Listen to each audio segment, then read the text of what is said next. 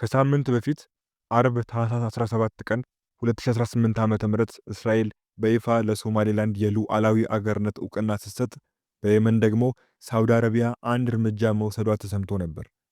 ጠቅላይ ሚኒስትር ቤንያሚን ኔታንያሁ ለሶማሌላንድ ፕሬዝዳንት አብዱራህማን መሐመድ አብዱላሂ በቀጥታ ስልክ ደውለው የሉዓላዊነት ዕውቅና ሰነዱ ላይ ሲፈርሙ በታዩበት ዕለት፣ ሳውዲ አረቢያ ደግሞ በየመን የሚንቀሳቀስ አንድ የፖለቲካ ድርጅትን አሸባሪ ብላ ፈርጃ በአውሮፕላን ስትደበድብ ነበር የዋለችው። የእስራኤል ለሶማሌላንድ ዕውቅና መስጠት በአፍሪካ ቀንድ ቀጠና አገሮች ውስጥ አዳዲስ አገሮች እንዲፈጠሩ በር የሚከፍት እርምጃ ተደርጎ እንደታየ ሁሉ፣ ሳውዲዎች በአሸባሪነት ፈርጀው በቦምብ መደብደብ የጀመሩት የደቡብ የመን ሽግግር ምክር ቤት የተባለው ኃይል ጉዳይም የመንን ወደ ክፍልፋይ አገርነት ሊለውጥ የሚችል አጋጣሚ ነው እየተባለ ይገኛል። የሶማሊያ ፕሬዝዳንት ሐሰን ሼክ መሐመድ እንደ ሉዓላዊ የሶማሊያ ግዛት አካል የማያዩት የሶማሌላንድ በእስራኤል ዕውቅና የማግኘት ጉዳይን በተመለከተ በአልጀዚራ ተጠይቀው በሰጡት ምላሽ ቀጠናውን የሚያበጣብጥ እርምጃ መሆኑን ተናግረው ነበር። እስራኤል ለሶማሌላንድ ዕውቅና የሰጠችው አንድም የጋዛ ፍልስጤሞችን በሶማሌላንድ ለማስፈር በማሰብ፣ ሁለትም ሶማሌላንድ የአብርሃም ሰላም ስምምነት አካል እንድትሆንና ለእስራኤል ዕውቅና እንድትሰጥ ለማድረግ፣ ሶስተኛም በሶማሌላንድ መሬት ወታደራዊ ሰፈር ለመገንባት ፈልጋ ነው። ይህን ደግሞ የሶማሌላንድ መንግስት ተቀብሎታል። ምንም ሆነ ምንም ግን እርምጃው ገቢራዊ ከሆነ ልክ ከሳጥን ውስጥ እንደወጣ ሰይጣን በቀጠናው ብዙ ቀውስ የሚያስከትል መሆኑ የማይቀር ነው የሚል ይዘት ያለው ንግግር ነው ሐሰን ሼክ የተናገሩት። ሐሰን ሼክ ይህንን ከመናገራቸው ቀደም ብሎ ራሱ አልጀዚራ ባስነበበው አንድ ሀተታ እስራኤል ለሶማሌላንድ ዕውቅና በሰጠችበት ዕለት የጁባላንድ እና የፑንትላንድ አስተዳደር በማህበራዊ ሚዲያ ደስታቸውን ሲገልጹ መታየታቸውን አስነብቧል።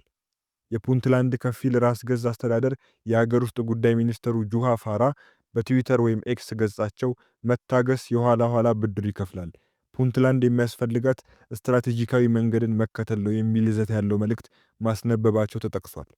ይህን መሰረት በማድረግም በአሁኑ ወቅት ከሞቃዲሾ መንግስት ጋር ግንኙነታቸው ልል እየሆነ የመጡትና ከሶማሊያ ፌዴራላዊ አስተዳደር መራቅ የጀመሩት እንደ ፑንትላንድና ጁባላንድ ያሉ የግዛት አስተዳደሮች በሶማሌላንድ ዕውቅና ማግኘት የተነሳ ነፃ አገር የመመስረትና የመገንጠል ፍላጎታቸው የበለጠ እንዲጋጋል መደፋፈሪያ ሊሆናቸው እንደሚችል ነው የተመላከተው። የሶማሌላንድ ዕውቅና ማግኘት ወይም የየመን ኃይሎች መከፋፈል ብቻ ሳይሆን በሱዳን የተባባሰው ጦርነት በአፍሪካ ቀንድና በየመን አዳዲስ አገሮች እንዲፈጠሩ ሊያደርግ ይችላል የሚል ግምት በአሁኑ ጊዜ በሰፊው እየተሰማ ነው። በርካታ የነፃ አውጪና የአገርነት እንቅስቃሴዎች ይታይበታል የሚባለው ምስራቅ አፍሪካም ሆነ ተዋህዳ አንድ ሀገር ሆና ከ30 ዓመት በላይ መዝለቅ አልቻለችም በምትባለዋ የመን አዳዲስ ሀገሮች ሊፈጠሩ ይችላሉ የሚሉ በርካታ ናቸው። ከ1990 ወዲህ ብቻ ኤርትራና ደቡብ ሱዳን የተባሉ ሁለት አዳዲስ ሀገሮች የተፈጠሩበት ምስራቅ አፍሪካ አሁን ደግሞ ሶማሌላንድ ዓለም አቀፍ ዕውቅና ታገኝበታለች እየተባለ ሲሆን፣ ይህ የአዳዲስ ሀገሮች ውልደትም በቀጠናው እንደሚቀጥል እየተገመተ ነው። ደቡብ የመንና ሰሜን የመን ተብላ በርዕዮተ ዓለማዊ ግንብ ታጥራ ለብዙ ዓመታት ኖራ ወደ አንድነት የመጣችው የመንም ከአረብ አብዮት በኋላ መልሳ ወደ ማከፋፈልና ጦርነት ገብታ አሁን ደግሞ ተሰነጣጥቃ አዲስ ሀገሮች ልታዋልድ እያማጣች ነው የሚሉ አሉ። ስለዚህ ሁኔታ የተጠየቀው የፖለቲካ ተንታኝ የህግና የሚዲያ ባለሙያ አቶ ዳንኤል ብርሃኔ ግን ይህንን አተያይ እንደማይጋራው ነው የተናገረው። ይህን ያለበትን መነሻ ለሪፖርተር ሲያስረዳም የሶማሌላንድን በእስራኤል ዕውቅና ማግኘት ተከትሎ አዳዲስ አገሮች በቀጠናው ሊፈጠሩ ይችላሉ የሚለው ጉዳይ በጣም የተጋነነ ይመስለኛል። የመንን ጨምረን እንደ ሱዳን፣ ሶማሊያ፣ ኢትዮጵያም ሆነ ደቡብ ሱዳን በመሳሰሉ አገሮች የምናያቸው ሁኔታዎች ነባር ፖለቲካዊ ችግሮች ናቸው እያመረቀዙ ያሉት እንጂ የመገንጠል ትግሎች አይመስሉም። ፖለቲካዊ ምላሽ ከመስጠት ይልቅ በኃይል ተጨፍልቀው የቆዩ ችግሮች ሲፈነዱ እንጂ አዲስ ነገር አልተፈጠረም።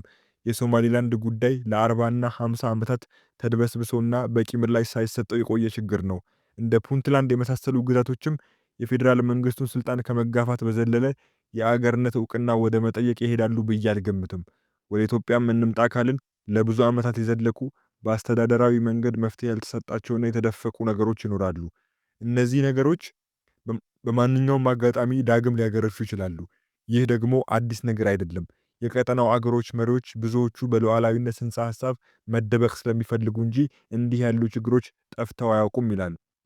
ከሰሞኑ አንዳንድ የደቡብ ሱዳን ልሂቃን በኤክስ ገጾቻቸው እስራኤል ለሶማሌላንድ እውቅና ከሰጠች ቀጣዩን ሁለተኛ ደረጃ የእውቅና ሰጪነት ቦታ እኛ መያዝ አለብን የሚል ስሜት ያለው መልእክት ሲያሰራጩ ታይተዋል። ደቡብ ሱዳን ከሰሜን ሱዳን ተገንጥላ ሉዓላዊ አገር ከሆነች ገና 14 ዓመቷ ሲሆን እስካሁንም የዓለማችን አዲሲቱ አገር የሚል መጠሪያ እንዳተረፈች ቆይታለች። ይሁን እንጂ በአሁኑ ወቅት በሰሜን ሱዳን ያለው የጦርነት ሁኔታ ምናልባት ከሶማሌላንድ እኩል በዓለም አቀፍ ደረጃ አዲስ ነገር እየተባለ የሚጠራ አገር ሊያዋልድ ይችላል የሚል ግምት እያሳደረ ነው የሚገኘው። በዚህ ረገድ ኢትዮጵያ ቀጣዩ እውቅና ሰጪ ልትሆን እንደምትችል የሚናገሩም አልጠፉም። የእስራኤል ቁልፍ አጋር አሜሪካ ሁለተኛዋ እውቅና ሰጪ ትሆናለች የሚሉም ብዙ ናቸው። አሜሪካ ይህን የምታደርገው በጅቡቲ ያላትን ወታደራዊ የጦር ሰፈር ወደ ሶማሌላንድ ለማዛወር ባላት ፍላጎት ጭምር መሆኑ ይነገራል። ይሁን እንጂ በሶማሊያ፣ በሱዳን፣ በደቡብ ሱዳን ወይም በየመን ብቻ ሳይሆን እንደ ኢትዮጵያ ካሉ አገሮች ጭምር አዲስ አገር የመወለድ ዕድሉ እንዳለ የሚናገሩ አንዳንድ ወገኖች ጥቂት አይደሉም። ይህ ነገርም በራሳቸው ላይ ሊያመጣው የሚችለውን አደጋ ሽሽት የአካባቢው አገሮች ለሶማሌላንድ ወይ ለሌላ አዲስ ሀገር እውቅና ለመስጠት ከመሽቀዳደም ይልቅ ዝምታን ወይም ተቃውሞ ማስተጋባትን እንደሚመርጡ ነው የሚገምቱት። አቶ ዳንኤል እንደሚናገሩት የሱዳን ህዝቦች ነጻነት ንቅናቄ በጆን ጋራንግ ዘመን ነፃ አገር መመስረት አልነበረም ፍላጎቱ፣ የአገርነት ንቅናቄው ከጭቆና የመላቀቅ ነበር ይላል። ሳውዲዎች በተባበሩት አረብ ኤሚሬትስ የሚደገፈውንና ከቅርብ ጊዜ ወዲህ ሰፊ መሬት እየያዘ ያለውን የየመኑን ኤስቲሲ ቡድን አሸባሪ ብለው የፈረጁትና በአውሮፕላን መደብደብ የጀመሩት በዋናነት የየመን መገነጣጠል አስግቷቸው እንደሆነ በመነገር ላይ ነው። የመን ቀድሞውኑ ለሁለት የተከፈለች አገር ናት ይባላል። ዋና ከተማዋ ሰነአን ጨምሮ ሰሜናዊ ክፍሉን በኢራን የሚደገፉት ሺያዎች ሁቲዎች በሰፊው ተቆጣጥረውታል። ሳውዲ ያስተባበረችው የአረብ አገሮች ጥምረት ከ10 ዓመታት በላይ በአውሮፕላን ድብደባና በቀጥታ ውጊያ ሁቲዎችን ደምስሶ አዲስ መንግስት በየመን ለመትከል ጥረት ቢያደርግም አልተሳካለትም።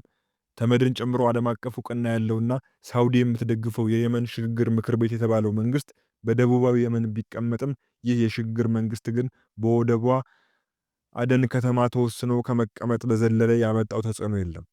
ሁቲዎችን በመዋጋት ከሳውዲ ጎን ተሰልፈው ከነበሩት ወገኖች አንዷ የተባበሩት አረብ ኤሚሬትስ ግን በሂደት በጦርነቱ ተሰላችታ ከየመን ዘመቻ ራሷን ያገለለች ሲሆን ቀስ በቀስ ደግሞ የደቡብ የመን ሽግግር ምክር ቤት የተባለውን ቡድን በደቡባዊ የመን ማጠናከርና መደገፍ እንደቀጠለች ይነገራል።